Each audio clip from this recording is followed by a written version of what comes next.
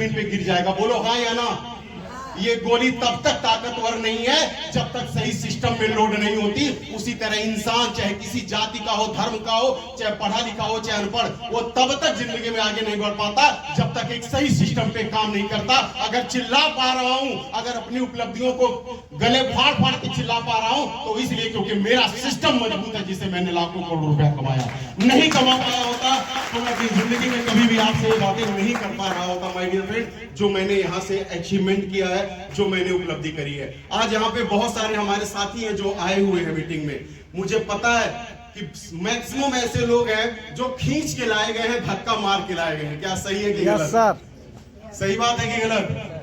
लेकिन मेरा ये मानना है, बड़े कम लोग हैं जो अपनी स्वेच्छा से आए होंगे, लेकिन ज्यादातर लोग आए नहीं है बल्कि लाए गए। सही बात है ना? कई बार क्या होता है कि धक्का से काम होता है। मैं आपको एक छोटी सी एक बात समझाता हूँ, सुनाता हूँ एक स्टोरी। एक बार की बात है, एक राजा था जिसकी लड़की सयानी हो चली थी, मतलब शादी योग्य हो गई थी। राजा ने अनाउंस कर दिया कि मैं अपनी लड़की की शादी करना चाहता हूं, और जो भी मेरी लड़की से शादी करना चाहता है वो राजमहल में आए। मेरी कुछ शर्तें हैं, उन शर्तों को माने।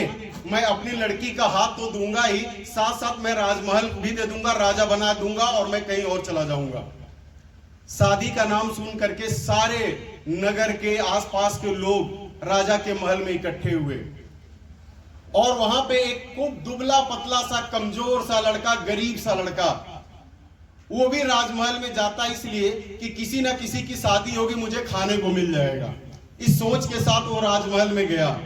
तो राजा ने शर्त क्या रखी थी, एक तालाब बड़ा सा बनवाया था, और उसमें बड़े सारे भूखे खूंखार मगरमच्छ पाल के रखे थे, और बोला जो युवक इस किनारे से उस किनारे चला जाएगा, मैं अपनी लड़की की शादी कर दूंगा और ये राजपाट भी उससे दे दूंगा। सब लोग तो जोश में गए, लेकिन मगरमच्छ देखने के बाद क्या हुआ, सारे अरमान ठंडे पड़ गए।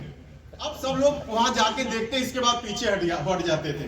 ये दुबला पतला लड़का भी गया कि लोग वहां जाके हट क्यों रहे हैं, और जैसे ये दुबला पतला लड़का गया, तब तक सब लोगों ने देखा कि कूदने की आवाज आई, झमाट। अब ये लड़का पानी में जा रहा है, मगरमच्छ इसके पीछे, ये आगे, वो दाएं, मगरमच्छ ये बाएं, जैसे तैसे करके ये मगरमच्छ के बीच से निकल के दूसरे किनारे पे पहुंच गया। अब शर्त क्या थी कि जो पार करेगा उससे शादी होगी और राजपाट मिलेगा। अब उसे बधाई देने वालों का तांता लग गया कि बधाई हो, आपकी शादी हो जाएगी और आप तो राजा बन गए। तो उस लड़के ने बधाई तो बाद में देना, पहले बताओ कौन हरामखोर धक्का मारा था मुझे? धक्का किसने मारा था मुझे? क्योंकि वो जानबूझ के तो कूदा नहीं था, बल्कि उसे क्या किया गया था, उसे किसी ने धक्का मार दिया था। तो देखो भाई, कहना यही चाहता हूं कि कई बार धक्का मारने के बाद काम बड़ा अच्छा हो जाता है। हो सकता है धक्का मार के लाए गए हो और यहीं से जिंदगी आपकी बदल जाए, यहीं से एक नया रास्ता आपको मिल जाए, ये भी हो सकता है। क्योंकि मैंने अभी आपको बोला कि भगवान कभी पैसे नहीं देता, भगवान रास्ते देता है, और खुद नहीं देता किसी न किसी के। यकीन नहीं हो रहा है? सुनो, मुझे पता है कि जो